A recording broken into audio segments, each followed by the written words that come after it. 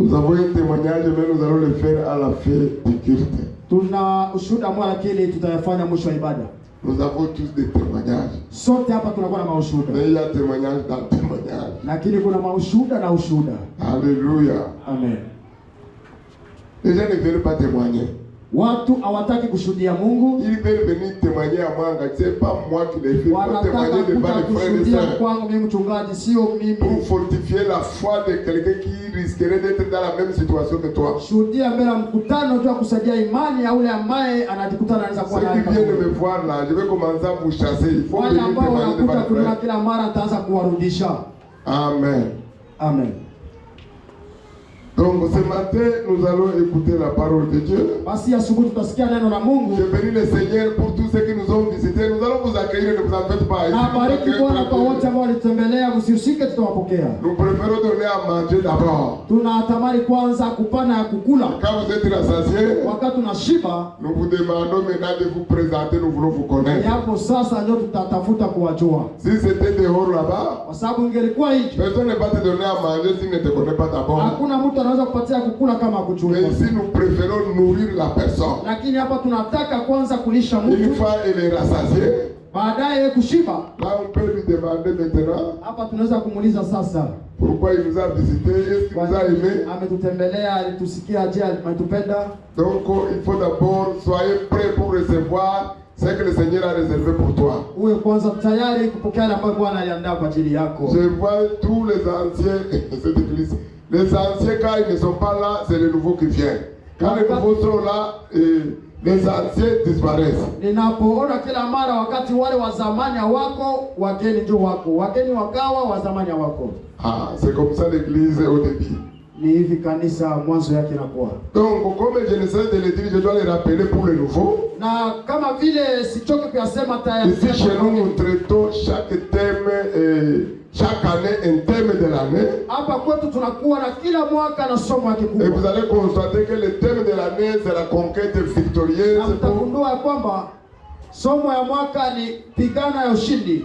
Et chaque mois, nous donnons un sous-thème. Na kila mwezi kunakuwa somo ndogo. Et nous développons maintenant le thème chaque mois, mais en accord avec le thème de l'année. Na tunafundisha kila mwezi na ile somo ndogo yake, lakini pamoja na somo kubwa. C'est-à-dire si tu quittes ici, tu vas au Togo, tu vas à Kinshasa, au Gabon, tu vas trouver le même thème. Ni kusema ukitoka hapo unaenda mahali pengine utakutana na hii somo. Mais chacun le développe selon l'inspiration du Saint-Esprit. Lakini kila umoja anaifundisha kutokana na uongozi wa Mungu. Cela ne veut pas dire qu'on prêche la même chose. Ila imaanisha kwamba tunafundisha jambo moja. On développe le même thème de manière différente selon l'inspiration que chacun a reçue. Tunafundisha somo moja kitofauti kutokana na mwelekezo wa Roho Mtakatifu. C'est pourquoi chaque jeudi nous avons la réunion pastorale en ligne. Ndio maana kila siku ya 4 tuna mkutano wa wachungaji kwenye mtandao. Pour que chacun ne prenne une autre route, ne développe autre chose que ce qui est développé depuis le siège. Ili kila mtu asikamate njia yake, lakini kufuatana na uongozi ambao unatoka. Donc le thème de ce mois d'août, na somo ya hii mwezi wa 8, c'est le combat spirituel victorieux. Inasema juu ya vita ya kiroho yenye ushindi. Amen. Amen. Pourquoi ils ont ajouté victorieux? Kwa nini wameongezea ile ushindi? Ce qui est sûr, c'est parce que les chrétiens, ils ne combattent pas pour avoir la victoire. Kwa sababu Mkristo apigane juu akamate ushindi. Il combat déjà dans la victoire. Yeye anapigana akiwa deja ndani ya ushindi. Il combat pour dire à Satan qu'il est vaincu. Anapigana tu amwambie shetani wewe umekwisha kushindwa. Et ce matin, na hii asubuhi, le sous-thème c'est la parole de Dieu et notre assurance de la victoire dans les combats spirituels. Na somo ndogo ambalo tutazungumzia asubuhi nasema neno la Mungu uhakika kwetu katika ushindi. Combat que tu peux mener sans la parole de Dieu, tu as échoué avant de commencer. Na vita yote unaweza kupigana bila neno la Mungu, jua kwamba utashindwa. Mes amis, nous sommes dans une guerre de tous les jours. Marafiki zangu, tuko katika vita kila siku. Notre vie, comme le monde le dit, que la vie est un combat. Na kama vile dunia inasema maisha ni vita. Mais la différence entre nous et le monde est que nous combattons déjà dans la victoire. Na utofauti kwetu na dunia, sisi tumepigana ndani ya Mais ushindi. comme notre ennemi est menteur, Na kuona adui wetu ni mwongo, il nous fera croire par les circonstances autour de nous que nous avons échoué. atatafuta kutuonyesha kwamba vituko ambavyo pembeni yetu tumeshindwa. Il est le père des mensonges, il est expert dans les mensonges. Yeye ni baba wa mwongo na mtaalamu katika Il n'a uongo. pas besoin de il te parle toi-même dans tes propres pensées. Ana hata acha kutumia mtu wewe mwenyewe na kuzungumza kwa mawazo Il yako. utilise tes propres yeux et tes propres oreilles. Anatumia macho yako mwenyewe na Il masikio te montre yako. avec les yeux, regarde ta vie. Anakuonesha kwa macho yako. Regardez les chèques autour de toi. Ona kushindwa. Regardez les gens ne t'aiment pas. Ona watu wakupende. Entends ce que les gens ont dit ce soir. Sikia la watu walisema Tout chochote. ça, il te met dans un coin. Il te fixe là-bas. Anakushika pembeni na kugandamiza pale. Regarde ton oncle. Ona mjomba. Regarde ton grand-père. Ona tabia. Personne n'a réussi dans ta famille. Hakuna mtu alifaulu. Et toi, tu vas regarder, tu penses que tu vas réussir. Ona fikiri wewe ndio Toi, tu utakuwa. te bats, tu crois que tu iras de l'avant. Ce matin, je lui dis qu'il est menteur. Asubuhi namwambia ni mwongo. Il veut toujours nous décourager. Anataka kutuvunja Il moyo. veut toujours nous montrer que ça ne peut pas aller. Anataka kutoresha vita endeka. Mais la Bible nous rassure Lakini neno la Mungu que la victoire que Jésus a accomplie à la croix du Calvaire, ushindi ambao Yesu ce alitimiza n'était pas pour lui-même, c'est pour toi et pour moi. haikuwa juu yake, ni kwa ajili yako na Et nous yangu. devons nous approprier cette victoire. Na inabidi tushike Satan doit être au quotidien, savoir que nous sommes des vainqueurs. na shetani na inabidi ajue kila siku sisi ni washindi. Alléluia. Amen. Nous allons lire Josué chapitre 1er, le verset 8. Tutasoma Yoshua sura ya kwanza mstari wa 8. Et nous allons ajouter Romains chapitre 12, le deuxième verset. Donc, Josué 1:8, connu par presque tous les chrétiens, que ce livre de la loi ne s'éloigne point de ta bouche, médite-le jour et nuit, pour agir fidèlement selon tout ce qui est écrit, car c'est alors que tu auras du succès dans tes entreprises, c'est alors que tu réussiras. Amen. Amen. Et Romains 12:2. Warumi 12:2. Ne vous conformez pas au siècle présent, mais soyez transformés par le renouvellement de l'intelligence, afin que vous discerniez quelle est la volonté de Dieu, ce qui est bon, agréable et parfait. Amen. Amen. Excellent Saint-Esprit, nous te laissons toute la place pour nous nourrir spirituellement, car nous voulons écouter la voix du Père au travers de cette parole au nom de Jésus. Reçois toute la gloire au nom de Jésus. Amen. Amen. Amen. Amen. Dis à celui qui est à côté de toi, Ambia anayekuwa pembeni yako tu, en tout cas, je dois impérativement réussir. kwa kweli kwa namna yote nitashinda. Dis à celui qui est à côté de toi, Ambia niko pembeni tel yako. que tu me vois là, Kisu umeniona. je suis un conquérant vainqueur et rien ne l'empêchera. Mimi ni mshindaji na hakuna kitu Il kitanizuia. faut que Satan entende ça. Inabidi shetani asikie hii. Il faut qu'il entende qu'il ne peut rien, il ne va jamais t'empêcher de réussir dans ta vie au nom de Jésus. Inabidi asikia kwamba hauwezi kitu na hauwezi kuzuia kufaulu katika maisha Satan yako. a un temps qui est très court. Na shetani ana muda wake ambao unakuwa Je mfupi. disais ici aux gens qui étaient venus pour la prière vendredi. Nilikuwa nasema kwa watu walikuja kwa maombi siku ya tano. Je disais si la terre, ni Satan, ni les démons, ni les sorciers, personne ne peut t'empêcher parmi eux de réussir dans ta vie. Nilikuwa nikisema hapa duniani ni shetani, hata mchawi hakuna mtu anaweza kuzuia. Même les sorciers peuvent t'envoûter, mais l'envoûtement a une validité. Hata mchawi anaweza kukuzubalisha, lakini ina muda wake. Quand la validité prend fin, Wakati muda wake utamalizika.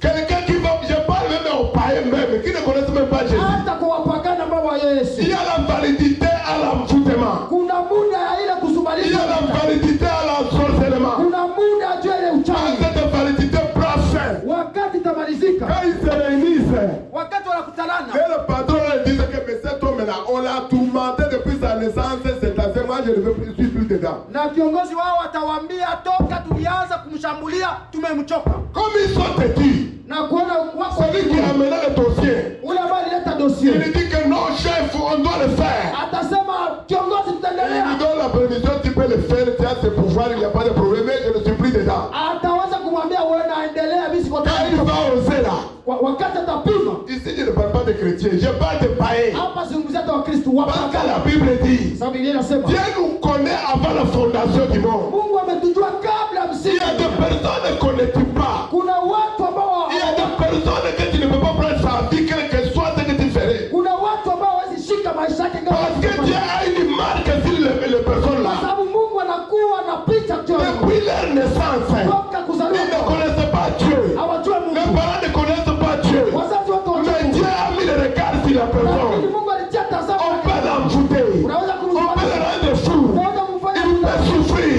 Mais il y a un jour le salut viendra vers la Kuna personne. siku wokovu utafikia huyu mtu. Il y a la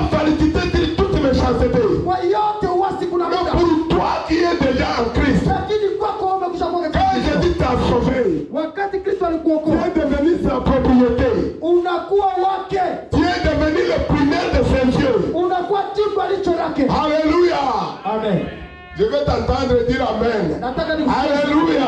Amen.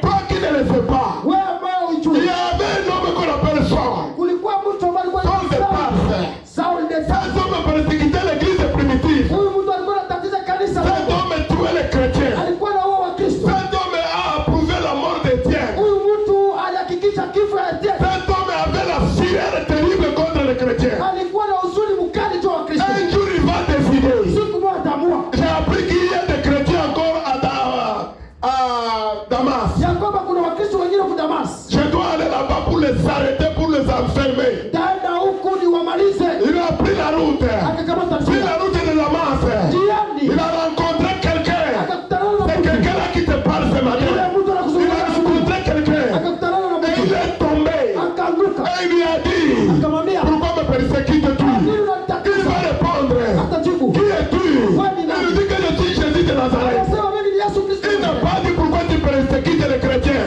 Akusema kwa nini Il n'a unashambulia pas dit pourquoi tu persécutes telle ou telle personne. Akusema kwa nini unashambulia mtu Il fulani. a dit pourquoi me persécutes-tu? Akasema kwa nini Parce que Jésus s'identifie aux enfants de Dieu. kwa sababu Yesu anajiakilisha Quand on kwa te persécute, c'est Jésus qu'on persécute directement. wanapokushambulia wanashambulia Yesu. Quelle que soit la situation, Ingawa hali il y a la durée pour cette situation. kuna muda juu ya Tu ile hali. verras la fin de cette situation. Utaona mwisho La wake. situation ne verra pas ta fin. Ile hali Mais toi, tu verras la fin de cette situation au nom de Jésus. wewe ndio utaona mwisho wa ile hali. Même Jésus qui nous a sauvés, Hata Yesu il a pris le même chemin. alipitia kwenye Il a souffert. aliteseka. Il a vécu des insultes, Aliishi matusi. des humiliations, Kasarau. la honte. Haya. Il est allé à croix. Il s'est écrié que tout est accompli. Pour que toi tu ne vives pas tel que lui il a vécu. Usiishi yale ambayo yeye aliishi. Ça n'était pas fini. Alikushia Il pale. est allé dans le séjour des morts. Akaenda Il kudesi. est allé voir Satan sur son trône. Akaenda kuna shetani. Il est allé lui prendre les clés de la mort. Akamdanganya Il a pris les clés du séjour des morts. akamdanganya Le funguo. troisième jour, Siku ya tatu. il est sorti du tombeau. Akatoka Et kaburi. quand il est sorti, Wakati c'était alisema pour mettre un nouveau régime de ce que nous sommes aujourd'hui. ilikuwa tu kuja uongozi mpya. Celui qui croira à lui, Atakayemwamini il sera sauvé. ataokolewa. Et il reviendra le chercher. Na atakuja Il kumtafuta. viendra vers les disciples. Atakuja kwa Ils mitume. étaient enfermés dans une maison. Kufungwa. Ils avaient peur Walikuwa na de woga. la persécution. Katika La kushambulia. Bible déclare Inasema qu'il a apparu au milieu d'eux. akatoka miongoni Il va mwao. leur dire Atawaambia que la présence avec vous. amani iwe ndani. Maintenant là, Sasa. tout pouvoir m'a été donné. Mamlaka yote Même yamepewa. Satan a pris le pouvoir. Hata shetani Sur la terre, duniani. dans les cieux, Mbinguni. sous la terre. Chini ya Je suis allé là-bas partout. Nilienda J'ai huko. quitté le ciel. Je suis venu sur la terre. Je suis allé en enfer. J'ai les clés du séjour des morts. Inafungua Et kudesi. je suis sorti pour te donner les clés. Nimetoka nipate Tu funguo. as le pouvoir maintenant. D'aller partout dans le monde. Dire au monde que je suis le sauveur. Je suis le seul qui a vaincu Satan. Pour que l'homme puisse vivre en paix. Ili mwanadamu Quelle est ta situation? katika hali Quelle yako. est ta situation que tu traverses? Hali gani Qu'est-ce qui unaishi? te tourmente? Dieu te dit ne crains pas. Mungu anakuambia sio J'ai traversé ça. nilipitia hayo. Après le désert, Baada ya il y a jambo toujours une révélation. kuna ufunuo. Après le désert, il y a toujours la fécondité. Kuna kusaa. Après le désert, Kisha il y jambo a la célébration. kuna kushangilia. Ce sont les difficultés Ni magumu qui bâtissent notre vie spirituelle. na inajenga maisha Nous yetu. voulons le christianisme de facilité. Tunataka Ukristo wa Il urahisi. n'y en a pas. Haikuwake. Tous ceux qui vont dans les chambres de prière, Watu wanaenda kwa chumba ils maombi. cherchent la facilité. Wanatafuta urahisi. Il n'y a pas la facilité ni chez Satan ni chez Dieu. Hakuna urahisi na hapo shetani na Il kwa n'y en a pas. alikuwa. Satan te donne le matin, Shetani anapata asubuhi. mais il ne t'a pas dit Akukwambia. que le soir il viendra prendre sa Jioni part. atakuja kukamata Il te donne le matin, tu es content, tu te réjouis. Le soir, il va te prendre ton enfant. anakuja kukamata mtoto Quand wako. il te plaît, Wakati il unarudi te dit tu croyais que c'était gratuit. anasema unafikiri kwa bure. C'était un contrat. Ilikuwa masikilizano. Alléluia. Amen. Ici, il s'agit d'un homme qu'on appelle Josué, Hapa inahusu mtu ambaye anaitwa Yoshua. que nous appelons communément un général. Unamuita jemadari. Général de l'armée. Kamanda wa Il était général dans quel sens? alikuwa kamanda Il était général dans les affaires de Dieu. katika mambo Il ya Mungu. était général dans la parole de Dieu. Katika neno la Mungu. Il a succédé Moïse. Alikomboa Musa. Ce n'est pas facile de succéder Moïse, mes Sio bien-aimés. rahisi kukomboa Musa mpendwa. Cet homme, tous les pasteurs disent qu'il traverse le problème. Aucun pasteur Hakuna mchungaji ne peut mentir, même Job, ambaye anaweza il danganya a souffert comme Moïse. hata Ayubu kama aliteseka kupitia Musa. Hakuna. Cet homme a commencé à bas âge. Huyu mtu alianza kwa Il n'avait pas compris son appel. akuelewa mwito, Mais quelque chose, la Bible dit, est monté dans son cœur. lakini vile nasema kitu kilipanda Il était dans le palais. alikuwa katika Il nyumba devait être le prochain roi. ilibidi awe farao.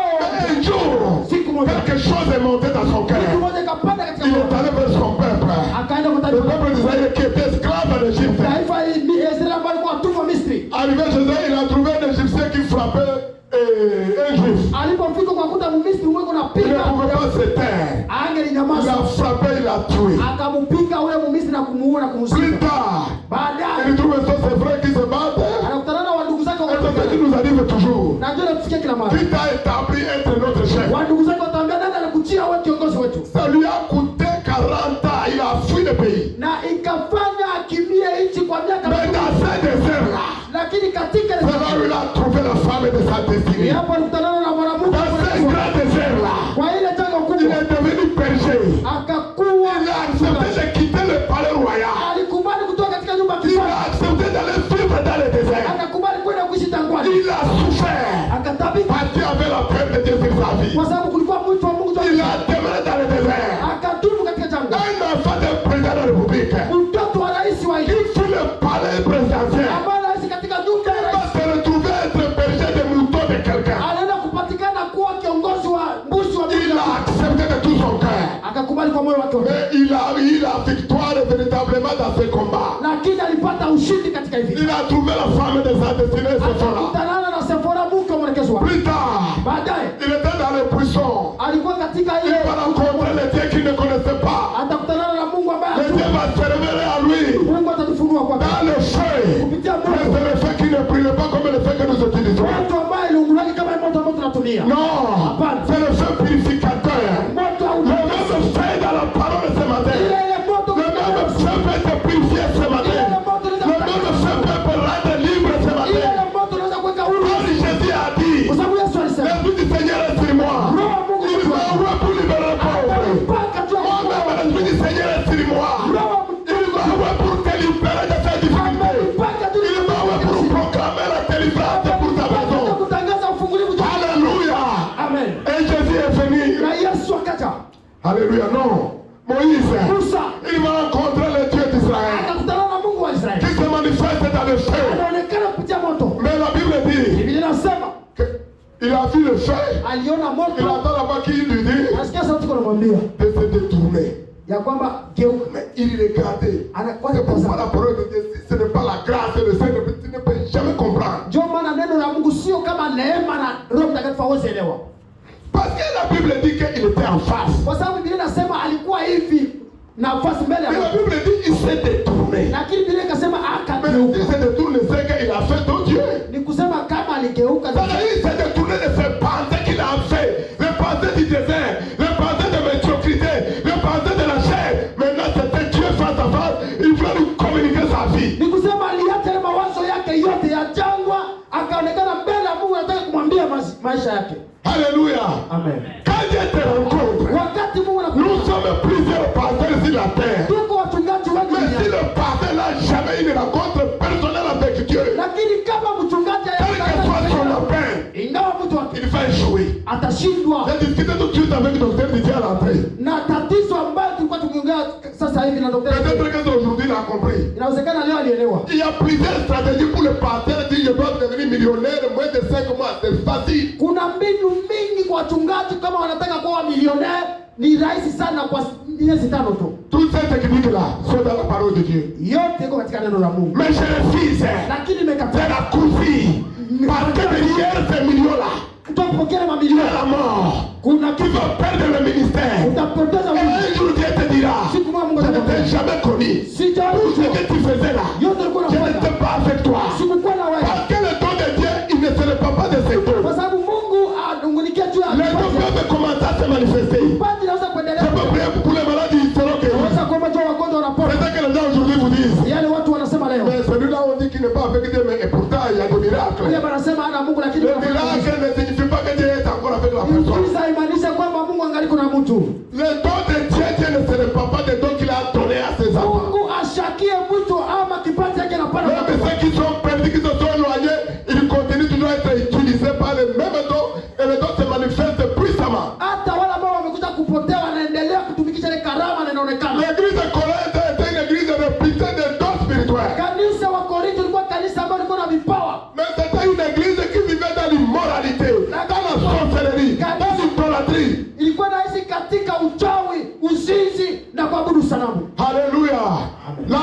désert de Moïse, mwisho wa jangwa wa Musa, il va rencontrer le Dieu de ton salut. atakutana na Mungu wa wokovu. Il va lui dire, Atamwambia, j'ai entendu les cris de mon peuple. nimesikia kilio cha Je vis leur âme.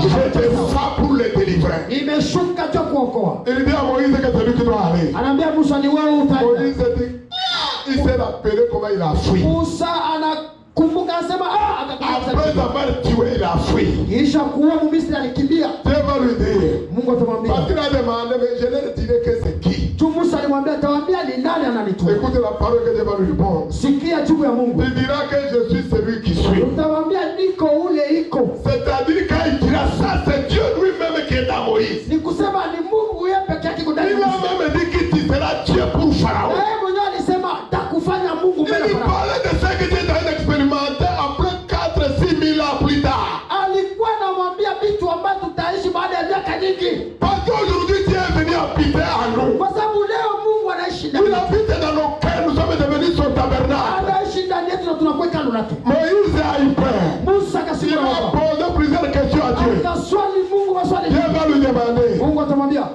quand tu as main, una nini mkononi mwako? voilà les chrétiens qui veulent que nous soyons des magiciens. Ona Wakristo ambao wanataka tuwe kama vile wachawi. Quand tu lui dis comment combattre, être victorieux, même dans les finances, tu lui montres la voie pour y arriver. Wakati unaambia Mkristo namna gani ya kufanya tu ufaulu katika uchumi yako, Satan connaît la parole de Dieu que toi et moi. Satan, shetani il connaît la parole de Dieu plus que toi et moi. anajua neno la Mungu zaidi yako na yangu. Quand il désobéit, Wakati haukutii, il te frappe. anakupiga. Quand il te frappe, Wakati anakupiga, toi tu vas dire le pasteur qui prie. Le pasteur va prier comment? wewe unataka mchungaji aombe, ataomba namna Il gani? faut mettre en pratique la parole de Dieu pour voir les résultats. Inabidi kutia neno la Mungu kwa matendo, tuone matokeo. Il est allé, il lui a montré le patron. Akamwonyesha gongo. Tout ce que tu as en main, Dieu peut changer ça dans quelque chose de surnaturel. Yote ambayo kuna katika mkono wako Mungu anaweza kuigeuza kitu moja tu. Il n'est pas comme Satan, il n'est pas magicien. Mungu haiko kama vile shetani. Il utilise ce que nous avons en main. Anatumia ile ambayo tunakuwa nayo. Si tu lis à partir de Genèse jusqu'à Apocalypse, il n'y a aucun miracle qui a eu lieu sans qu'on utilise ce qui est là pour multiplier. Ukisoma Biblia mwanzo toka Ufunuo, hakuna jambo ambalo Mungu alifanya bila kukua kitu. Voilà là où, pourquoi j'ai dit que la sortie du désert révèle toujours une fécondité. Kwa nini nimesema kutoka jangwani inaonyesha kila mara uzao? Voilà un berger pendant 40 ans. Ona mchungaji kwa miaka 10. Il sort de la bergerie pour aller libérer tout un peuple. Anatoka katika uchungaji kwa kuokoa taifa zima. Nous avons besoin de ces libérateurs aujourd'hui dans cette nation au nom de Jésus. Tuna haja wakombozi watu kama hii katika nchi yetu. Dieu n'a pas besoin d'une multitude pour sauver une nation. Mungu ana haja Il fait seulement un seul homme anataka mtu mmoja qui se tient à la brèche, ambaye yuko qui tayari veut entendre sa voix, anataka kusikia qui sauti va yake, donner la parole pour libérer le pays. ambaye atapana neno ndio kuokoa Ce n'est nchi. pas ce qui donne les choses, c'est-à-dire les prophéties pour séduire le peuple. Haiko wale ambao wanapana maunabii ndio Mais c'est kupata celui qui a la solution dans la bouche. wale wako na suluhisho katika kinywa chao. Alléluia. Amen. Il est allé vers son peuple. Akaenda kwa taifa. Le même peuple qui lui disait qu'il t'a établi sur nous. Ile taifa ambalo liko na nani alikuja Ce sasa. peuple-là fatigué. Ile taifa ikamchokesha. Vous le savez tous. Sote tunajua. Je ne veux pas rentrer dans 10 plaies qui se sont produits à Pende Dieu. kurudia kupiga 10 ambayo. Mais le jour de la délivrance, Lakini siku ya fungu. le jour de la Pâque, Siku ya Pasaka. le jour où on a mis le sang sur le dos de la porte, Siku walipaka damu ya mwana kondoo. ils ont traversé. Wakatamu. Arrivé au niveau de la mer Rouge. Walipofika katika bahari nyekundu. La mer Rouge, c'est la mort. Bahari nyekundu ni kifo Il n'y a utapitia. pas moyen de traverser. Hakuna namna ya Il kuvuka. regarde derrière. Banaangalia Il nyuma. voit la main de Pharaon avec les cavaliers. Banaona jeshi ya Farao na farasi zake. Ils ont commencé à insulter encore Moïse. Wakaanza tena kutusi Musa. Nous, on savait que tu ne peux pas nous amener à Canaan. Tulikuwa tunajua kwamba utatufikisha Tu Kanaani. veux nous tuer ici. Ulitafuta kuja kutumalizia hapa. Moïse a tourné. Il n'a personne à côté de lui. Musa akageuka, hana mtu wa kumtia Pour moyo. lui dire du courage, ça va aller. Ulitie moyo vitendeka Il baba. a regardé le ciel. Akatazama mbingu tu. Et Dieu lui dit, Mungu atamwambia, prends le bateau que tu as en main. kamata ile Le gogo même lako. bateau que tu as fait la démonstration devant Pharaon. Ile fimbo ambayo ilionekana ndoka mbele ya Farao. Oriente devant le chemin que j'ai tracé. Njia ya juu ya bahari. Il a pris le bateau. Akakamata gongo ile. Peut-être que c'est ta situation, il y a la mer Rouge devant toi. Inawezekana hata hali yako La kama mer Rouge peut être des obstacles, des situations que tu ne comprends hizo pas. hali ya Mungu unapitia Mais ngumu. aujourd'hui, ce n'est pas le bateau, mon bien-aimé. Leo haiko C'est la bato. parole qui libère. Ni neno ambalo Ce linafungua. bateau, c'était le symbole de la parole. Hii Kongo ilikuwa inawakilisha neno. Il a orienté, il a obéi, il a orienté ce bateau. Akatii na La kufanya. mer rouge s'est fendue en deux. Bahari nyekundu ikagabulika. Le peuple de Dieu a traversé. Taifa Mungu ikapita. Satan croyait qu'ils étaient capables, il pouvait les suivre. Na Farao akafanya kwamba atapita na atawafuatilia. Tu ne peux pas passer là où les enfants de Dieu viennent de passer. Hawezi kupita nafasi Parce que ce chemin tracé a été tracé par Dieu. kwa sababu ile njia ilifunguliwa na Mungu. Ils sont arrivés au milieu de la mer rouge. Walipofika katikati ya bahari Il nyekundu. va dire à Moïse, retourne derrière. Atabia Musa geuka La nyuma. même position avec le bâton. Na ile namna na fimbo. La mer rouge les a affalés au nom de Jésus. Na bahari nyekundu Tout ikafinika. ce que tu vois comme la mer rouge devant toi. Yote ambayo unaona kama vile bahari Il y a nyekundu. la mer rouge spirituelle qui va les affaler ce matin au nom de Jésus. Nyekundu kiroho La itawasili. puissance du sang de l'agneau va les affaler au nom de Jésus. Uwezo wa neno Bwana Reçois la délivrance pour toi au nom de Jésus. pokea fungulifu kwa Reçois jina la Yesu. l'ouverture ce matin au nom de Jésus. Pokea ya suluhu. Reçois les opportunités inattendues au nom de Jésus. Reçois la gloire de Dieu sur ta destinée au nom de Jésus. Utukufu wa Mungu ndio mwelekezo wako. Ils ont continué. Wakaendelea. Arrivé quelque part, Walifika mahali ils vont trouver l'eau. wakapata Que maji. l'eau est amère. Maji kwa uchungu. Ça c'est quel peuple? Ni taifa gani? Ils ont voulu s'en prendre à Moïse. Wakakamata na Musa. Ah, Dieu a dit encore, il a purifié l'eau. Musa akasema atakasa. À chaque fois qu'il le fait, ils sont contents. Kila mara Quand il y a wanafanya. un petit souci, vient, oh, ils s'énervent. Kama kusha huku banalia tena. Ils sont allés jusqu'à se fabriquer même un dieu. Bakaenda paka kulitengenezea sanamu. Et ce Moïse là, on ne sait pas ce qu'il est devenu là où il est Ule Musa kujua parti. anakuwa nani kule katika mlima. Ils ont fabriqué un veau d'or. Wakafanya Et sanamu. c'est le veau d'or que nous ferons aujourd'hui dans l'église. Na ile sanamu leo za On parle seulement l'argent, l'argent, l'argent, l'argent. pesa tu kanisani. Ça c'est le Dieu des veau d'or. Wale ule ni Mungu wa sanamu Qui za donne seulement l'argent, ambaye anapeleka tu mais qui ne pesa peut pas te sauver. lakini hawezi kukuokoa. Maintenant, Sasa il y avait un jeune homme kulikuwa mtu mmoja que Dieu avait sélectionné, ambaye Mungu alikamata avait mis à part. akamtia kando. La Bible dit qu'il était toujours dans la tente de Moïse. Biblia inasema alikuwa katika bashe ya Musa. C'est celui-ci Josué. Ni Yoshua, yeye Yoshua. Moïse est mort. Musa kafa. Je ne vais pas retourner dans ce détail. Sitapenda kurudia katika mambo mengi. Maintenant, voilà un jeune homme Sasa tazama à kijana qui Dieu vient venir apparaître devant lui. ambaye Mungu anamzungumza Il lui sasa. dit que maintenant c'est toi qui vas succéder Moïse pour conduire le peuple à destination. Anamwambia ni wewe sasa utaongoza taifa langu na kuingiza katika nchi Et yako. d'ailleurs, tu as déjà été là-bas, tu connais Canaan. Kwanza umekwisha kufika hako na unajua Kanaa. Dieu connaissait l'esprit de ce jeune homme. Na Mungu alikuwa anajua roho ya huyu mtu. Je vous dis, ce n'est pas le diplôme universitaire de la théologie qui fait le ministère, c'est l'esprit de Dieu qui donne le ministère. Anamwambia sio machete ya teolojia ndio inafanya huduma lakini ni roho. On nous dit qu'il était dans la tente de Moïse. Huyu mtu neno la Mungu linasema Il observait Moïse. sema ya Musa. Il voyait la patience de Moïse. Alikuwa anaona Il msaidizi wa voyait Musa. la persécution des fidèles. Alikuwa anaona kisi taifa kuna mshambulia Musa. Et Dieu va lui apparaître Sasa Mungu atamwambia pour lui dire voici le secret. mwambia una Et asili. même ce secret, c'est ce que Dieu te donne ce Na matin. ile siri ndio Mungu anapatia. C'est cette parole-là. Hii neno. La vie chrétienne est résumée ici. Maisha ya Kikristo inafungwa On hapa. chasse un démon qui n'existe pas. Usifukuze pepo ambaye kwake. Que cette parole-là, Hii neno elle ne s'éloigne pas de ta bouche. isitoke kinywani mwako. Médite-la jour et nuit. Tafakari mchana na usiku. Pour agir fidèlement selon tout ce qui est écrit. Tu utende katika uaminifu kupitia Car neno c'est la Mungu. alors que Dieu a besoin de succès, c'est cette parole qui va donner tout succès.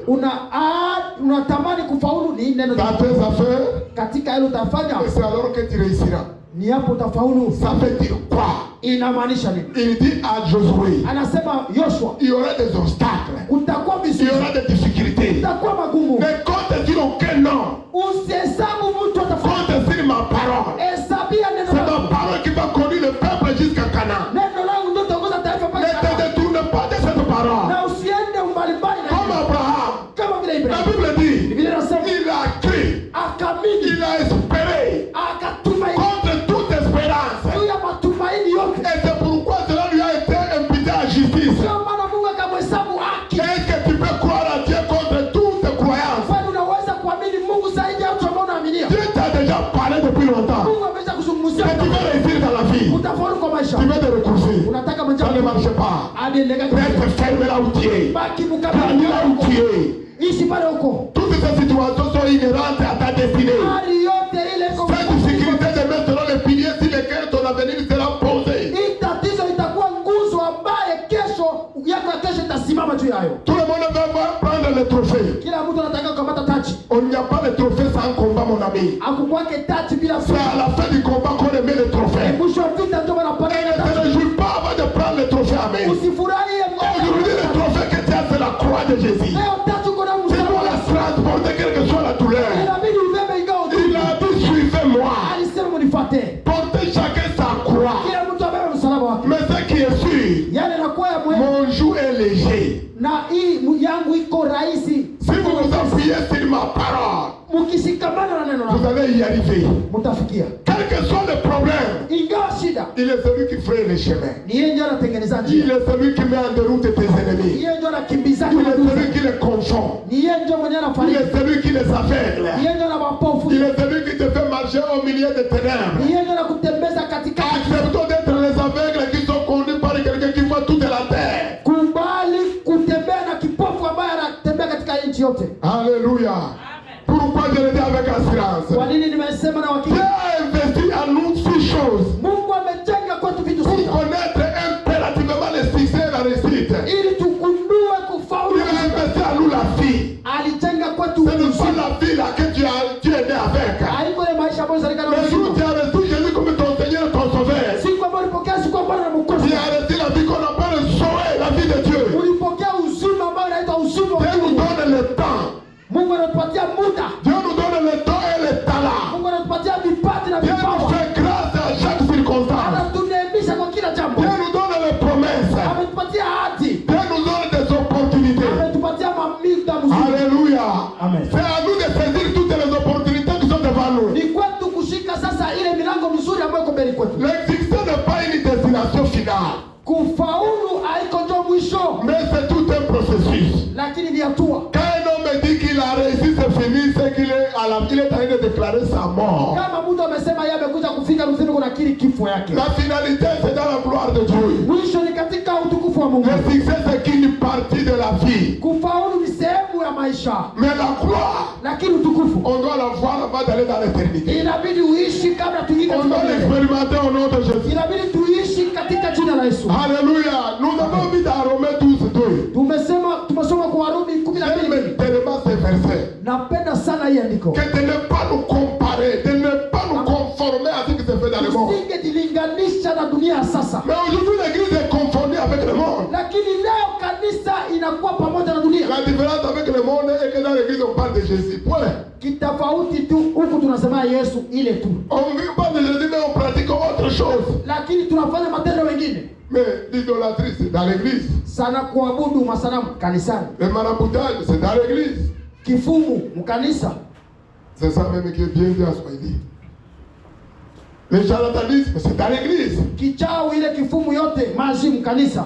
Et pourtant, Ingawa mes bien-aimés, la wapendwa, parole de Dieu, il n'y a aucune prophétie neno la Mungu nasema hakuna qui unabii peut remplacer la parole de Dieu. ambayo inaweza kuwa juu ya neno la Mungu. Il n'y a aucune, quel que soit le prophète. Ingawa Je vais le dire comme apôtre Paul, qu'il soit anathème. Chaque prophétie doit être prouvée par la parole de Dieu. naweza kusema kama vile mtume Paulo alainiwe. Si elle n'a pas sa source dans la parole de Dieu, elle vient de l'enfer. Kama itokana na neno la Mungu inatoka katika tezi. Quand on dit de ne pas nous conformer, Wakati unasema tusifanane, un Américain ne se conforme pas à ce que les Congolais vivent.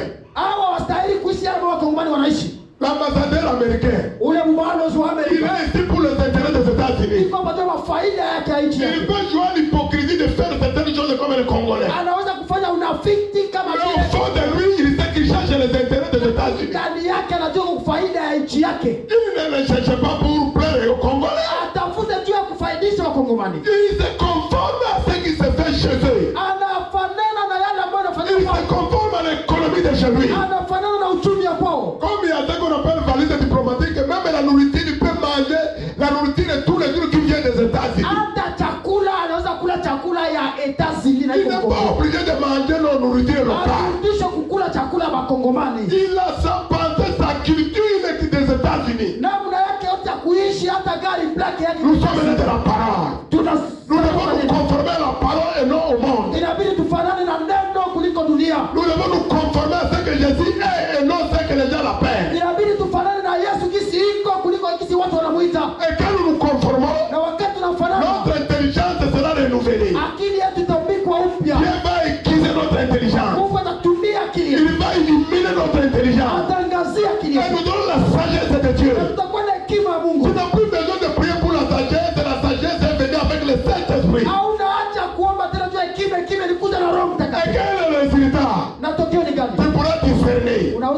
Quelle est la volonté de Dieu? Nini mapenzi ya Mungu? Ce qui est bon, Yale inakuwa nzuri, agréable ya kupendeza et parfait. na kamili. Si un homme vit ça Kama mtu sur anaishi la terre, hapa duniani, c'est un homme heureux. ni mtu mwenye heri. Il connaît la volonté de Dieu, Anajua mapenzi ya il Mungu, connaît ce qui est bon, anajua ile iko il mzuri, connaît ce qui est agréable yale inakuwa kupendeza, et parfait. yale inakuwa Tu kamili. peux vivre le vrai bonheur et c'est pour toi et pour moi. Ataishi ile heri, ni kwa ajili yako na kwangu. Alléluia. Amen. Je vais te rassurer que la parole de Dieu ne sort jamais en vain. Takuhakikishia kwamba neno la Mungu alitoke kila Dans siku. Josué 23, 14, quand il voulait, Josué allait mourir. Wakati Yoshua alitafuta kufa, Voici ce qu'il va dire. tazama ile Voici, je m'en vais maintenant par le chemin de toute la terre. Reconnaissez de tout votre cœur et de toute votre âme qu'aucune de toutes les bonnes paroles prononcées sur vous par l'Éternel comment? Par ses serviteurs.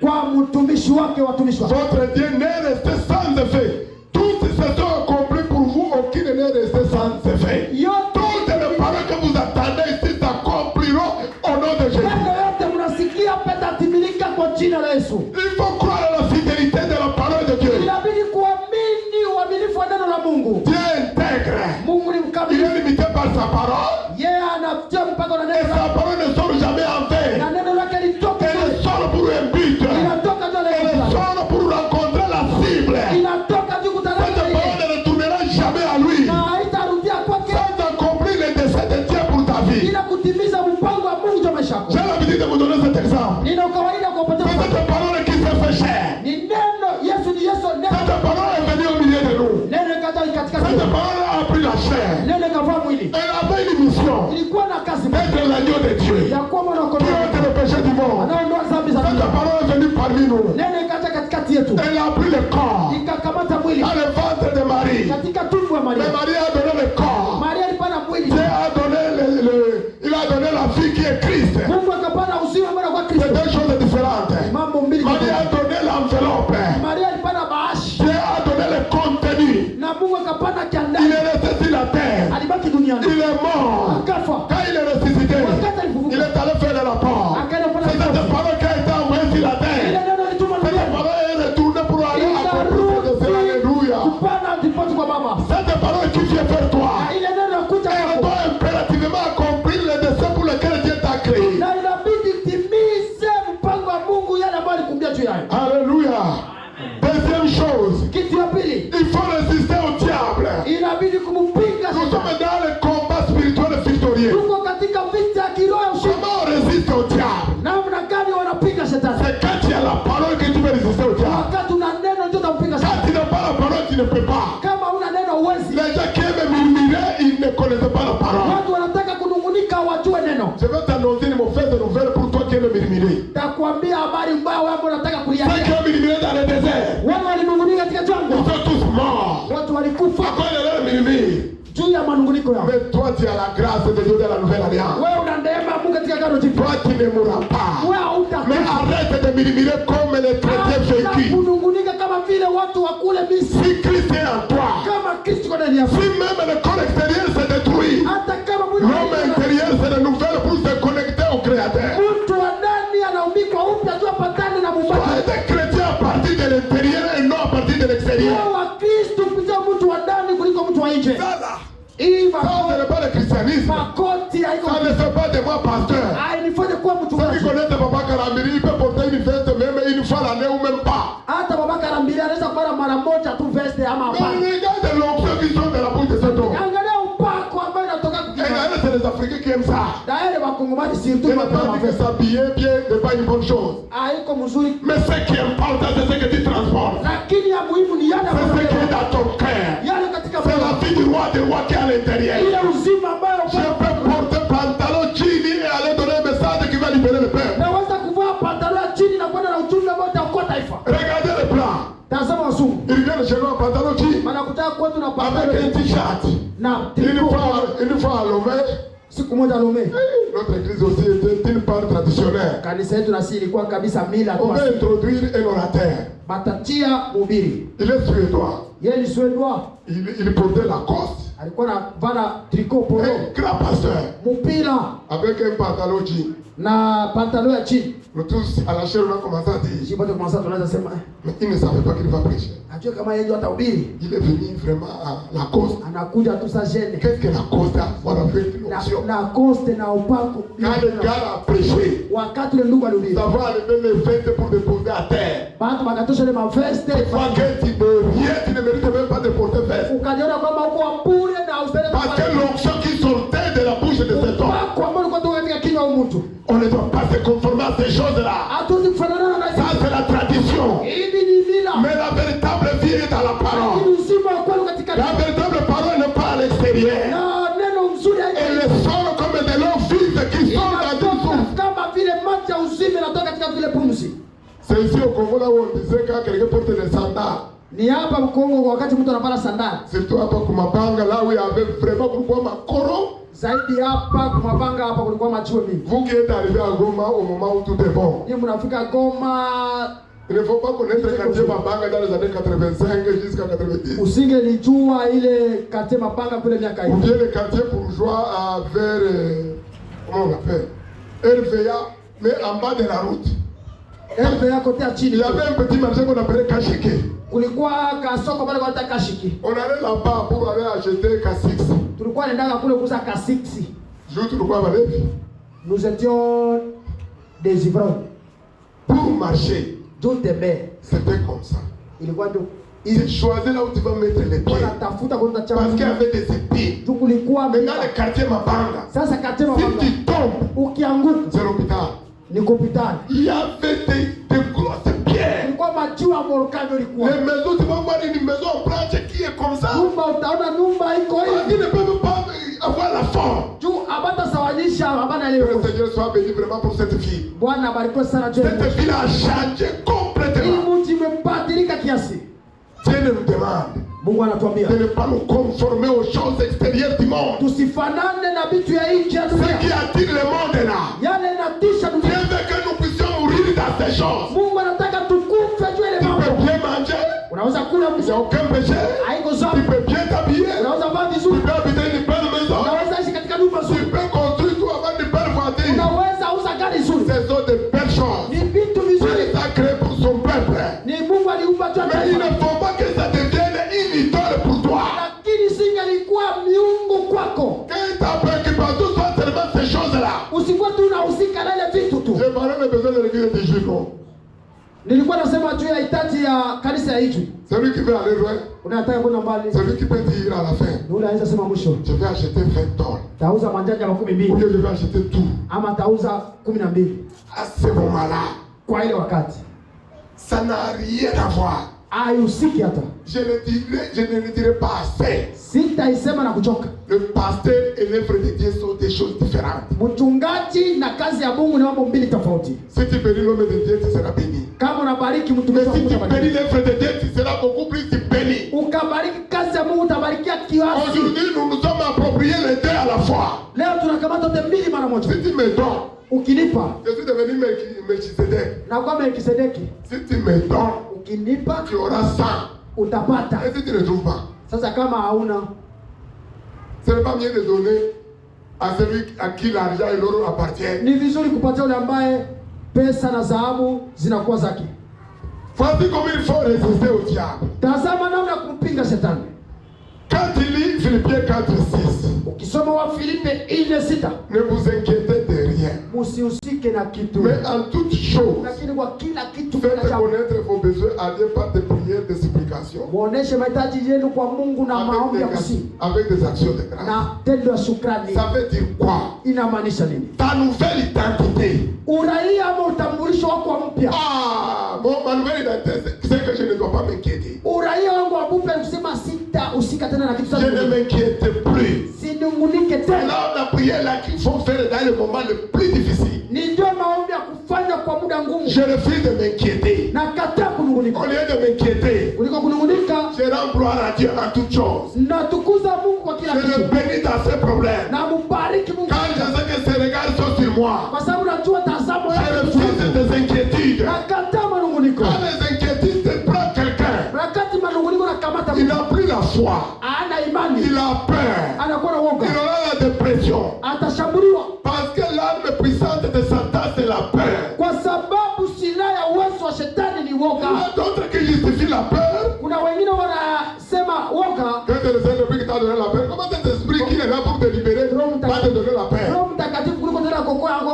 woga. Que comme tu as péché. Tu ulifanya dhambi. Non, il est le consolateur. Yeye ni mfariji hata ulifanya Il n'est dhambi. pas accusateur. Yeye haiko mshitaki. Il te dit, répands-toi. Anakwambia tubu na utakuwa Pour te consoler pour que tu continues la marche. atakufariji juu uendelee. Si lui te condamne là, Yeye akakuhukumu. c'est que c'est la mort. Ni kusema ni kifo mara moja. Alléluia. Amen. Il y a d'autres religions qui disent, Kuna dini zingine zinasema quand tu pêches, unapofanya dhambi le Saint-Esprit s'en va. Roho Mtakatifu anaenda. Quand tu fais du bien, Ukafanya mazuri il revient. anarudia tena. Dans ce cas-là, Kwa ile hali il fera de la vérité sans stop. atachoka na Avant atahesabu. de sortir même là. Jua atoke kwanza. Non, quand il commence à entrer, Wakati anaanza kuingia, tu es en train de pécher. Déjà tes péchés les prochains pour ne plus revenir. kwanza dhambi yako itamfukuza jua siku tena. Une femme qui dispute avec son mari, Mwanamke ambaye anagombana na mume wake les disputes ne conduisent pas toujours au divorce. na ile roho haimalizake tu watenge. On dit de ne pas l'attrister. Anasema Quand usimhuzunishe. il attriste, il est là, mais il reste silencieux. Utamuhuzunikisha, atabakia pale kimya. Quand il demande pardon, Ukiomba msamaha, il était toujours là. iko tu pale Il atasema ne quitte pas quelque part. atokake na Comment croire ces mensonges? namna gani kuamini Il uongo. est venu demeurer en toi. Alikuja kuishi ndani yako. C'est ce que Jésus nous a dit. Ndio Yesu alituambia. Il n'a pas dit qu'il demeurerait dans le corps de saints. Il n'y a aucun saint sur la terre. Hakuna mtakatifu hapa duniani. Mais c'est la sainteté de Jésus sur laquelle nous nous appuyons. Lakini ni utakaso wa Yesu ndio tunasikamana nayo. C'est sa mort à la croix que nous nous appuyons. Kifo yake msalabani ndio Dans tunasikamana. sa sainteté, nous sommes. D'ailleurs, Isaïe va loin. Il dit que notre justice est même abomination devant Dieu. Na anasema haki yetu iko vile kufuru Mungu mbele yake. Quand toi tu crois que tu es un bon chrétien, Wakati wanasema uko Mkristo mzuri, la Bible dit que c'est l'abomination devant l'Éternel. Biblia inasema ni kukufuru Mungu. Mais quand tu invoques le sang de Jésus, Lakini ukialika damu ya Yesu, le sang de Jésus lui donne l'accès d'être saint.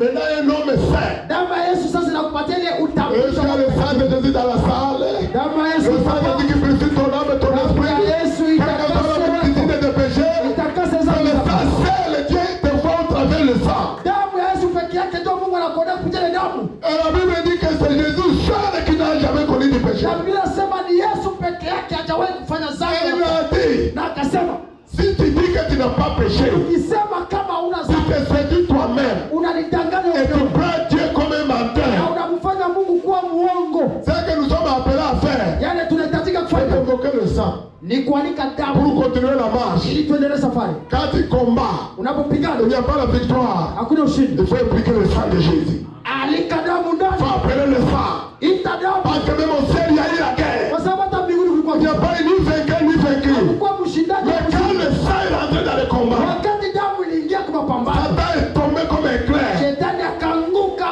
Il est venu avec, la Bible dit, il est descendu avec la colère. Sema alishuka na kanda.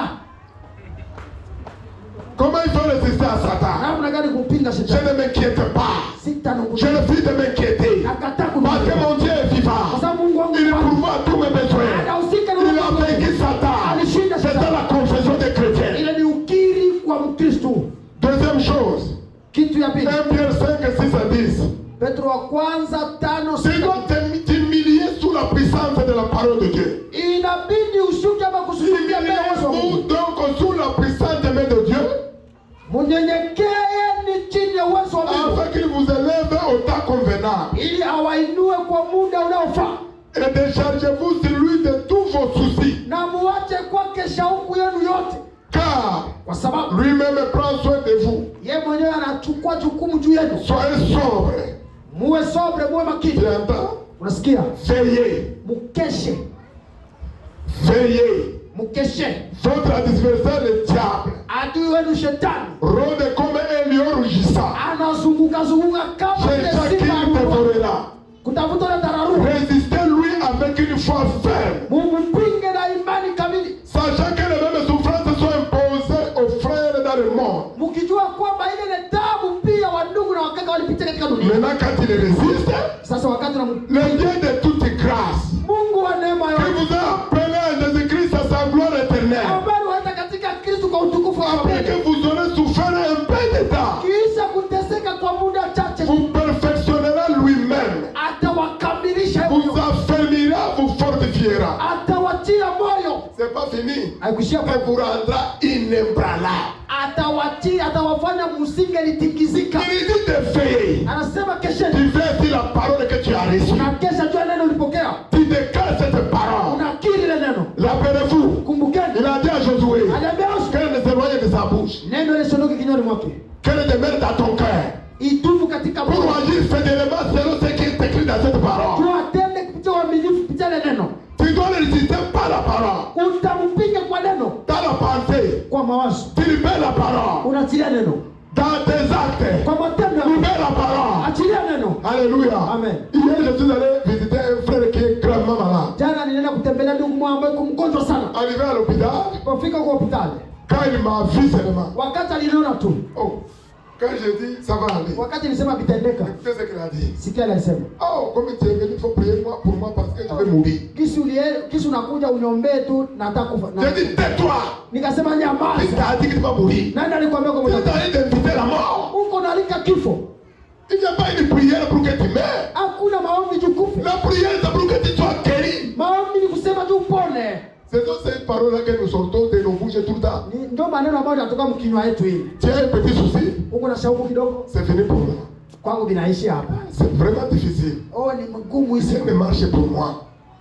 Les gens ne m'aiment pas. Watu hawanipendi. Les gens de la famille. Watu wa jamaa. Cette famille-là. Ile jamaa. Et là, c'est problème. Iko na shida zake. Au lieu de dire, Unaosema, Seigneur, Bwana, que veux-tu m'apprendre dans cette situation? nataka kunifunza nini katika hii hali? Car je sais que tu as vécu toutes ces situations. Kwa sababu najua ulishinda hii hali yote. Ne cherchons pas de bouc émissaire pour mon problème. Usitafute sababu juu ya mashida zetu. Cherchons notre solution en Dieu. Tutafute suluhisho yetu kwa Cherchons la Mungu. solution dans sa parole. Tutafute suluhisho tu kwa neno lake. Il y a le problème, Kuna shida, il y a la provision, kuna maandalizo, il y a les promesses. kuna ahadi, Les trois P.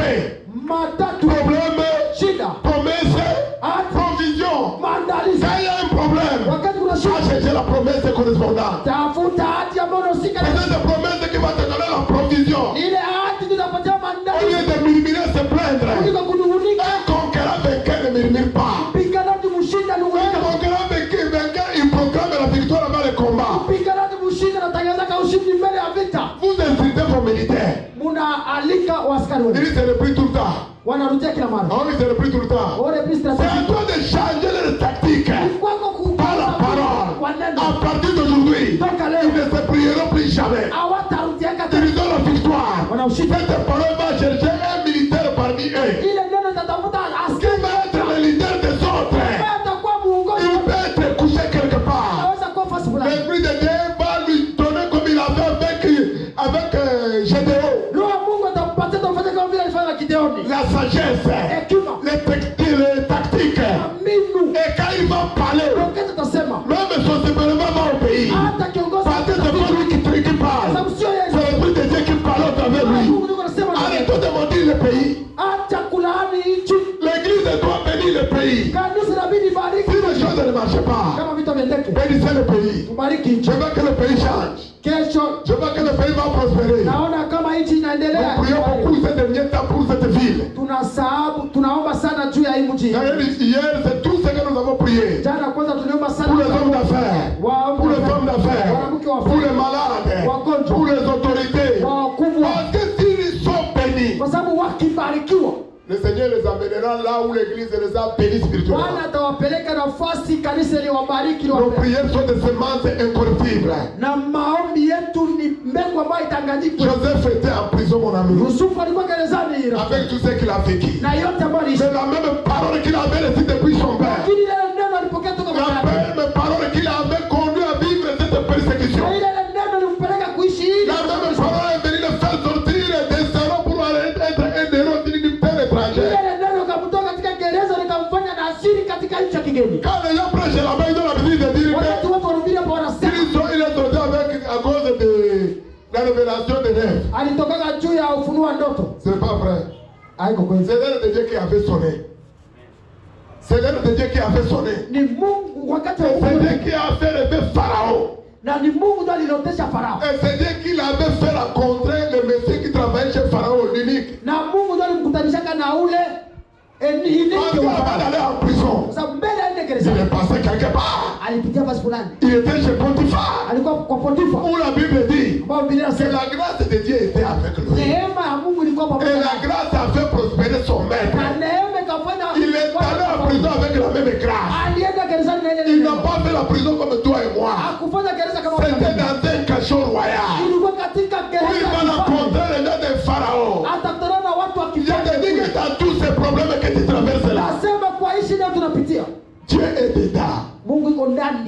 avec toi. Mungu yuko na wewe. Dieu est en train de te montrer les choses. Mungu anakuonesha mambo. La leçon que tu vas tirer dans ces problèmes Somo ambao utatosha kwa Yesu. déterminera ce que tu seras demain. Itaachilia yale ambayo utakuwa kesho. Si tu restes distrait Ukibaki mwenye kusubaa et emporté par les problèmes, na kubebwa na maneno, tu vas durer longtemps dedans. utadumu sana ndani. Mais si tu tournes le regard à côté, Lakini le ukitazama, Seigneur pourra te dire, voici un chemin Bwana dans Jésus. atakwambia aona njia haiko hapa atembea. Pourquoi? Kwa nini? Notre avenir Yetu ya kesho n'est pas des racines d'aujourd'hui et les racines sur lesquelles se pose notre présent, ce sont des expériences du passé. inatokana na mizizi yetu ya leo, na mizizi yetu ya leo ni yale ya Le kitambo. diable ne m'attaquera pas là où il sait très bien que je maîtrise ces milieux. Shetani hawezi kunishambulia kujambo ambao anajua ninaijua vizuri. Il m'attaquera toujours là où je suis ignorant. Atanishambulia kwa ile kitu ambacho niko mpumbavu. Injustement, injustice. Amesema pia watawasitaki bila sababu. Dieu t'a dit que tu seras un grand dans ce pays. Mungu alikwambia utakuwa mkubwa katika nchi. Tu ne sais pas avant d'arriver là-bas où tu vas passer. Haujua mbele ufikie batoka ni Tu peux utakamata. aller en prison. Unaweza kwenda gerezani Comme Joseph. kama Yusufu Et de la prison, na kutoka gerezani. tu sors pour aller occuper le poste là qui t'est destiné. Unatoka uende ukamate nafasi ambayo iko yako. Alléluia. Amen. Mais nous ne voulons pas souffrir. Lakini tuko tunakimbia kuteseka kwa Yesu. Nous devons lui résister. Inabidi Dans la pensée, kwa mawazo, dans la parole. kwa neno. Je vous ai donné plusieurs témoignages ici. Tunawapatia mashuhuda nyingi hapa. Ah, il me parle aussi. Na pia anazungumza na Il mimi. me parle régulièrement. Ananizungumza kila mara. Il me montre certaines circonstances. Ananionyesha vituko fulani. Il me montre que Dieu t'a dit ça et ça. Ananiambia Mungu alikwambia hiki na kile. C'est pas arrivé, tu vois. Unaona? Tu vois, c'est pas arrivé. Unaona alikufikia. Ah, ce moment-là, Kwa hiyo wakati je reprends mes armes. ninakamata Je dis, silaha. Dieu menteur. Nasema wewe ni Mungu. La parole de Dieu n'est jamais en vain. Neno la Mungu haitoka Tout kitu. ce qu'il m'a promis s'accomplira à son temps. Yote aliniaitia itatimilika kwa wakati Toi, wake. tu veux me proposer des raccourcis Wewe unataka kunionyesha njia pour mfupi. m'empêcher pour raccourcir ma vie et pour que je ne puisse pas accomplir le destin pour lequel Dieu m'a créé. Tu ufupishe maisha yangu na titimize mpango, nisitimize mpango wa Mungu. Il a voulu proposer ça à Jésus. Alitafuta kumwambia Yesu hivi. Après 40 jours de jeûne et prière, Kisha siku 40 maombi ya mafungo. que si tu sautes là, Wewe Yesu unatoka. sur la montagne, je te donnerai toute la gloire que tu Kutoka as. kule yule utie chini nitakupatia hii utukufu yote. Si Jésus sautait, Yesu angirukaka. il allait mourir, il n'allait pas te sauver, il te sauver. Akifaka na angefika kumsalaba na simi na watu ndio kaka. Il tente pour la deuxième fois. Akampima mara ya pili. Si tu es le fils de Dieu, Kama huko mwana wa Mungu kweli. est-ce que j'ai besoin que quelqu'un d'autre me rappelle que je suis un enfant de Dieu? Nina haja ya mtu aniambie kama mimi niko. Comment il a opéré dans le jardin d'Éden? Namna alitenda katika bustani ya Edeni. C'est la même chose qu'il continue aujourd'hui. Na ni vile anaendelea mpaka Si leo. vraiment tu es le fils de Dieu, Kweli kama uko mwana wa Mungu. il faut changer cette pierre-là.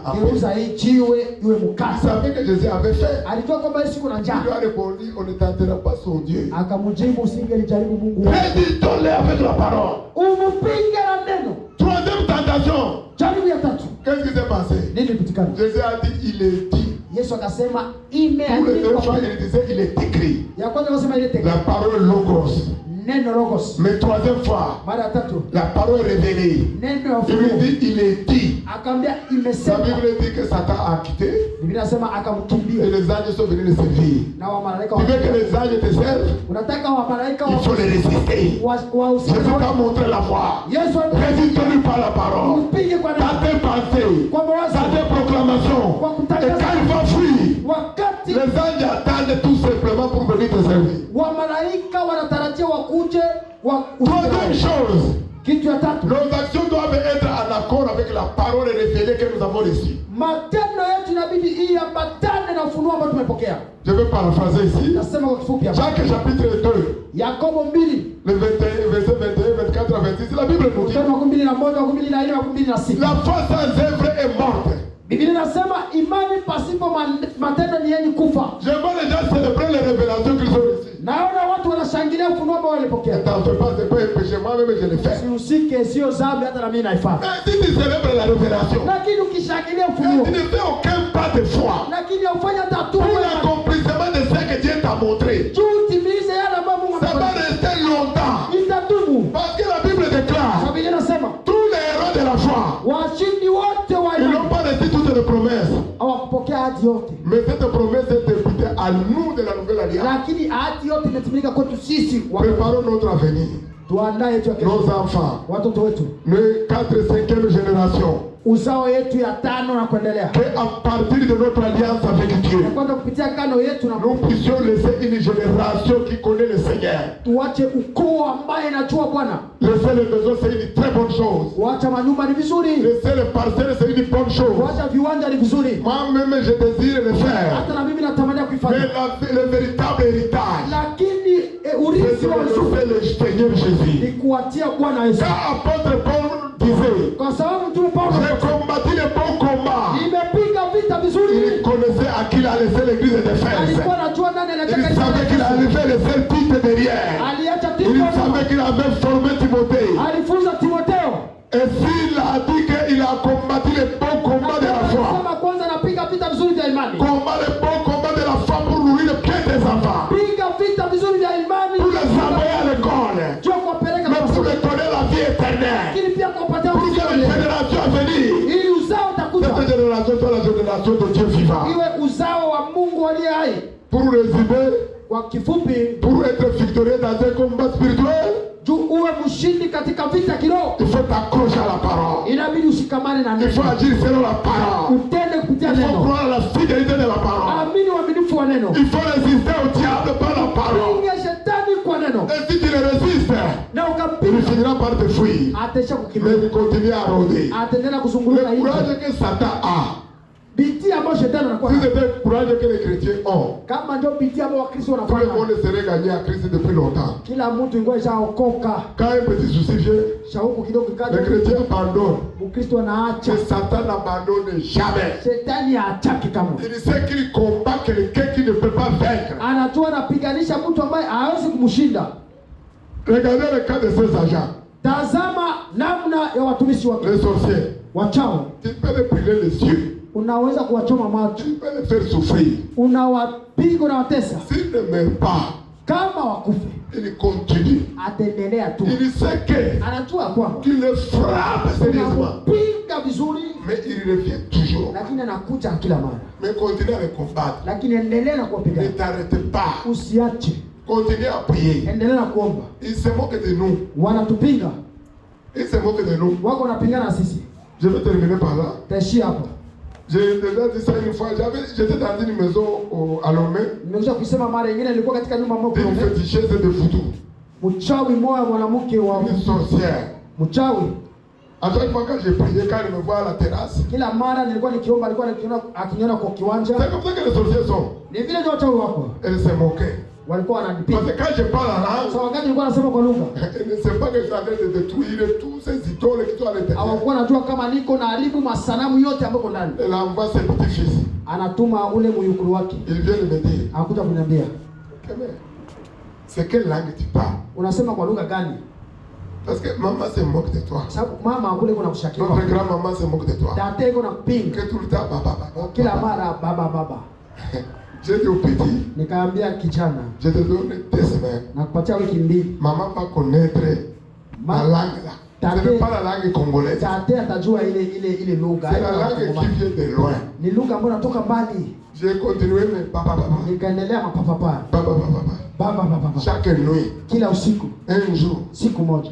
elle avait des gros moutons. Alikuwa na Tellement les Togolais sont idolâtres que, makondoo kubwa.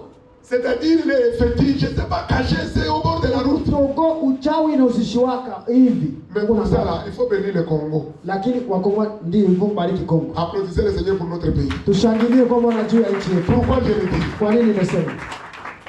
Ici chez nous, il y en a aussi, mais c'est caché. Bako lakini kwa uficho Et makaru. d'ailleurs, c'est dans les villages. Yaani huku kuvijijini. Mais en Afrique de l'Ouest, Huko Afrika c'est ya West. en ville, il y a même des drapeaux pour indiquer là où il y a un grand féticheur. Katika mji mvile kuko mabiro yao. Pour indiquer là où se trouve le grand sorcier du milieu. Kuko manuani kwa kupata mchawi Vous mkubwa. allez voir les drapeaux rouge noir. Na ile wanatia ile Il y drapeau. a une couleur blanche et tout. Kuko ile tu rangi. Ça, c'est la sirène. Ils ont plusieurs drapeaux. Wako na madrapo mingi. C'est-à-dire, ils ne se cachent pas. Hawa vichikaki. La vieille a fait ça. Na ule La tata. seule chose qui me tourmentait, ce qu'on psychologiquement. ambaye alikuwa ananisumbua Quand kimaisha. j'étais le seul locataire. Nilikuwa mpangaji mmoja tu. Elle avait sa villa. Alikuwa na nyumba yake nzuri. Elle avait loué l'appartement qu'elle avait réservé pour ses enfants qui vivaient aux États-Unis. Alikuwa na nyumba yake nyingine alikuwa anaekea watoto wake ambao wanaishi États-Unis. Elle avait besoin de l'argent, elle m'a fait louer l'appartement. Alikuwa na haja pesa akanipatia mimi niluwe yako. Quand je descends les escaliers, Nilikuwa nafanya nikishuka kwenye chaque maskani matin, kila asubuhi. il y a un cercle Kuko kiviringo. avec craie. Elle a mis la croix au milieu. Akatia msalaba katikati. Il y a l'œuf. Kuko liai. Dans chaque enclos, elle a mis le riz et la viande. Kukila sehemu anatia mchele na nyama. Devant ma porte. Mbele ya mlango yangu. Il y avait un petit portail au milieu. Kulikuwa mlango kidogo katikati yetu pale. Il y a même chose devant. Kile ile kitu iko mbele. La porte d'entrée principale, le portail. Na ile mlango kiingilio. Ça c'est un grand cercle. Ni viringo kubwa. Elle a déposé la même chose. Akafanya ile ile kitu. Donc quand je me réveille, bien que j'ai prié, wakati naamka hata kama nilikuwa naomba, d'abord je suis mal à l'aise. Kwanza niko Si mbaya. quelqu'un vient me visiter, il va me confondre ces pratiques-là. Mtu akakuja kunitembelea ataona kama niko na kwa hiyo tena. Je supportais difficilement. Nilivumilia hayo Pendant 2 semaines. kwa wiki mbili. 2 semaines c'était comme 2 mois. Ilikuwa kama vile miezi mbili. Elle renouvelle chaque matin. Kila asubuhi alikuwa anafanya À 5 heures. 5 heures. J'entends la cloche. Nasikia kengele. Parce qu'elle a un temple à côté. Iko na hekalu pembeni. Pour appeler les esprits. Juu ya kualika mapepo. Parce qu'elle veut le nourrir. Juu anataka kuwakulisha. Quand j'entends ça, wakati nasikia hii, je me lève et je prie. Et pourtant j'ai prié toute la nuit. Naomba. Na ingawa naomba usiku. Parfois je me lève et je suis très Mara épuisé. nyingine naamka nimechoka sana. Je dois aller au campus. Nitaenda kushule. Je suis en train de marcher en passant. Niko napita pembeni, niko nakwepa. Hey! Toi tu dis que tu souffres. Tu ne souffres pas. Huko nasema unateseka au teseke. Trinité étrangère. Kwa nchi ya kigeni. Un jour, Siku moja. les gros moutons là. Ile Là-bas, kondoo on dit kubwa. mouton. C'est un bœuf, c'est une vache. Ile iko kondoo kama vile ng'ombe. Parce que le temps de la tabaski, ça se vend presque $1000. Na inauzishwa huko hata Je 1000. n'ai jamais vu ça ici chez nous. Sijawahi kuona ile hapa. C'est tellement gros. Ni kondoo kubwa. Un jour, un matin, ils sont morts. Siku moja asubuhi akafa. Mais la vieille a su que c'est moi qui les ai tués. Ule tata akajua kwamba ni mimi ndio Elle a nilimuua. envoyé les mêmes enfants Akatuma wale pour watoto. me dire que pourquoi j'ai tué ces moutons. Baniambie kwa nini nimeua kondoo zao. J'ai répondu aux enfants, vous m'avez vu avec un couteau. Nikawajibu, mliniona na kisu. Ils sont morts la nuit. Bali kufa usiku. Est-ce que vous avez vu là où quelqu'un les a égorgés? Mliona kwenye mtu anawachinja? Que la maman a dit que ces autres baba là. Mama akasema, mase tata alisema ile mapapa paya. Elle a dit baba ne vient. Akasema ile papa papa haifai. Baba peut tuer mouton. Namna tena gani papa papa Mais inaua? ces petits enfants se moquaient d'elle. Na hata wale watate yake Les wakati. enfants ne voulaient même pas venir me dire. Watoto wako Mais wanapenda comme elle le pousse devant moi comme na ça, kunione kwa wafukuza mbele yangu wende. j'étais obligé de demander à un. Na nikashutisha Robert, kumuuliza il y a quoi? kuna nini? Que ce n'est pas la vieille là, on dirait qu'elle n'est pas normale. Anasema ule tate Elle dit que c'est toi qui as tué le mouton. anasema wewe ndio uliua hii kondoo. Mais moi je sais que c'est papa qui a tué le mouton. Lakini mimi najua ile papa ndio uliua ile makondoo. Elle est allée au village Akaenda kijijini. pour aller se renforcer, Aende akamata na pour nguvu. revenir. Jua kuja tena. Elle est revenue. Akarudi. Quand elle est venue, Wakati alirudi. j'avais pris toute la parcelle. Nilikuwa Maintenant nimeshika la nuit, j'ai pris en marchant. mpango tu usiku nilikuwa naomba Il y a les autres, là où elle met ces cérémonies là. kama kwa madhabahu ambayo anafanyaka Ah, ile ile. wakati alirudi Elle ne peut plus faire les cérémonies là. angeliwahi tena kufanya na makaramu yake. Je ne sais même pas à quel moment je ne voyais plus ça. Sijua hata wakati gani sikuwa naona tena. Ça n'a pas fait un mois. Haikufanya mwezi. Elle m'a appelé. Akaniita. Je n'ai même pas encore fait 2-3 mois dans la maison. Elle me dit qu'elle veut sa maison. Si afanya hata miezi 2-3 anasema papa. nikasema mama. C'est lui qui m'a envoyé ici là. Ungali nituma hapa. Il m'a dit ce n'est pas le moment. Anaambia yako wakati Il a besoin de ton cœur. iko na acha moyo wako. Qu'elle a été forcée. Inakwambia Qu'elle ne peut pas. sipendi. Je dis moi aussi je ne quitte Na pas. mimi nasema sitatoka. Il y a mon argent d'une année. Uko na pesa Et yangu je te paye bien. na nakulipa Son vizuri. argent, je vais garder ça à côté, mais je ne suis pas prêt pour quitter. Na pesa yako utaweka pembeni lakini Je vais siakwenda. aller rencontrer réunir tous ces enfants qui sont à Lomé. Akaenda kuambia watoto wake wote wako Lomé. Vous voyez? Non. Parmi ces enfants-là, il y a une femme d'un pasteur. Miongoni wa watoto wake kuko mwanamke mmoja wa mchungaji. Elle va venir me dire, Watakuja kuniambia, pasteur, mchungaji, en fait, notre maman, mama yetu si tu ne quittes pas, elle va mourir. kama utoke atakufa. C'est mieux que tu quittes. Ni vizuri utoke Avec politesse, na adabu yote avec l'esprit de serpent. na roho ya nyoka. Je lui ai dit, Nikamwambia, C'est que j'ai dit à ta mère. Yale niliambia mama yako. Quand je lui ai payé, vous n'étiez pas là. Wakati nilimulipaka nyamu kwako. Que non, nous allons te rembourser ton argent. Tutakurudishia makuta. J'ai dit toi. Nikasema wewe. Tu es la femme du pasteur. Uko mwanamke Au mchungaji. lieu de sauter sur l'occasion pour dire à ta maman de se repentir. Kuliko kamata hii muda mimi mama yako atubu. Tu veux que je quitte la maison? Unatoka unapenda nitoke. En tout cas, vous irez au commissariat. Wewe ni mtaenda kuserikali. Je ne quitte pas. Sitatoka. Parce que Dieu m'a dit. Kwa sababu Mungu ameniambia. Je dois rester ici pour sa gloire. Tabaki hapa leo utukufu wake. 2 mois après. Baada ya miezi mbili. La vieille est tombée malade cruellement. Tata akagonjwa hivi kama. Paralysée. Akapozwa. Les enfants lui disent il faut appeler le pasteur. Watu wataka kumwambia ita mchungaji. Elle refuse. Anakataa. Après le pasteur, il va prendre. Tu ne vois pas que les gens viennent prier pour eux, ils sont guéris. Kisha watu wanamwambia aone watu wanaenda pale na baombea wanapona. Elle a refusé. Akakataa. Elle est allée au village. Akaenda kijijini. Après 1 ou 2 mois, elle est revenue. Kisha miezi mbili akarudi. Elle va me dire ceci. Ataniambia hivi. Maintenant, Sasa le jour où tu vas déménager, quand ton argent sera fini, siku ambaye utatoka pesa kutaisha. tu m'appelles, je ne veux plus cohabiter avec toi. Unaniita sipende kuishi tena pamoja na wewe. Parce que la Bible dit, Sababu Biblia inasema c'est eux qui doivent nous fuir. Ce n'est pas à nous de les fuir. ni wao ndio inabidi Elle watukimbie. a quitté sa propre maison. Akakimbia nyumba yake mwenyewe. Quand elle a quitté, Wakati alitoka, plus tard, elle a envoyé une délégation. baadaye akatuma kundi ya Il y a watu. les cérémonies comme nous faisons des croisades. Kama vile tunafanya mikutano. Ils veulent faire une croisade pour invoquer le photo de revenir. Walitaka kufanya ile mkutano jua kualika tena Ils mafoto. sont venus me supplier Wakakuja kunisi. d'être absent dans la maison pendant 2 semaines. Nitoke kwanza kwa nyumba wiki mbili, C'est une maison que je loue. Hein. nyumba ambayo alikuwa alipia.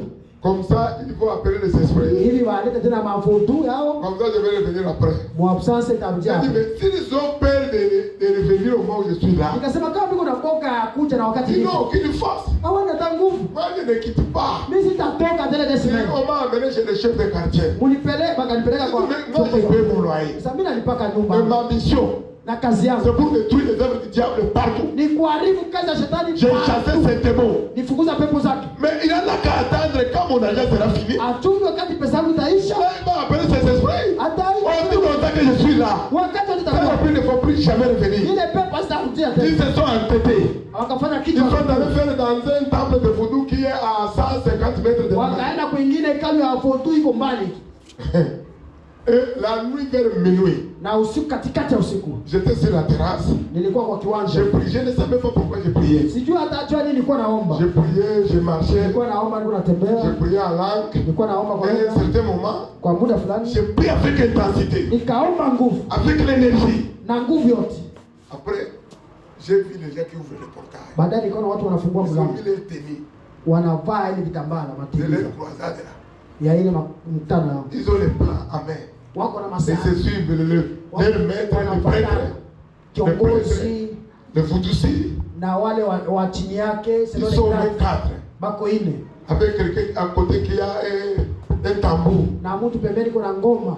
Quand ils m'ont vu, Wakati waliniona j'ai parlé plus fort. nikaongeza tena J'ai dit, sauti. je prends autorité sur toute la maison. Nasema nachukua mamlaka. Tout esprit qui ne connaît pas Jésus, Nina roho ambayo juu ya Yesu. je te bannis dans cette maison. Ninakufukuza kwa Ils nyumba. ont jeté tous les gens qu'ils avaient à main. Wote wakatupa mbele kwa Ils nyumba. ont fui. Wakakimbia. Celui qui a laissé son bagne s'est banni sur le portail. Mmoja akataka kikombe yake kama kina kwangu. Le matin, j'étais chez le chef. Asubuhi nikaenda kwa shefu. Non, pas moi. Eh, Ils sont allés chez le wakaenda chef. kwa shefu wao asubuhi. Avec chef, c'est pour eux.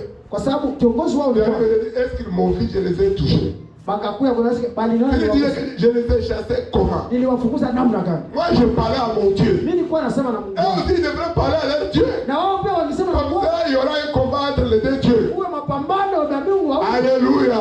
Amen. Avant de quitter cette maison, Mbele ya kutoka kwenye nyumba je peux te rassurer. naweza Les kukuhakikishia choses que j'ai apprises dans la prière vitu ambavyo nilikamata kwa pour maovu combattre. juu ya kupigana. Il y a beaucoup de pasteurs qui avaient refusé qu'ils ne mettront plus le pied chez moi. Kuna wachungaji wengi walikataa, wasema watafika tena kwangu, Parce qu'ils venaient me saluer quand ils rentrent, ils recevaient des attaques terribles. kwa sababu walikuwa kia kunisalimia, walikuwa na Ils washauri, disaient que je n'étais pas normal. walikuwa wanasema sikukuwa sawa. Comment tu habites dans cette maison? Namna gani unaishi kwa ile Je nyumba? dis, Dieu m'a dit que c'est ici. Kwa sababu Mungu ananiambia hapa njoo. Soyez bénis au nom de Jésus. Mubarikiwe kwa jina la Yesu. Tu es plus que vainqueur. Uko zaidi ya mshindi. L'esprit de victoire est en toi. Roho ya ushindi. Et celui qui a vaincu le monde entier habite en toi. Aliyeshinda dunia hii. Tu as peur de quoi? Unaoga Ne nini? nous précipitons pas. Tusikue haraka. La victoire est au bout du tunnel. Ushindi iko karibu. Quand c'est dur, Wakati inakuwa ngumu, c'est que tu n'es pas loin de la victoire. unasema hauko mbali na ushindi. Soyez bénis au nom de Jésus. Mubarikiwe kwa jina la Yesu. Avant de prendre la Sainte Seine, Mbele tuchukue meza nous voulons donner l'occasion à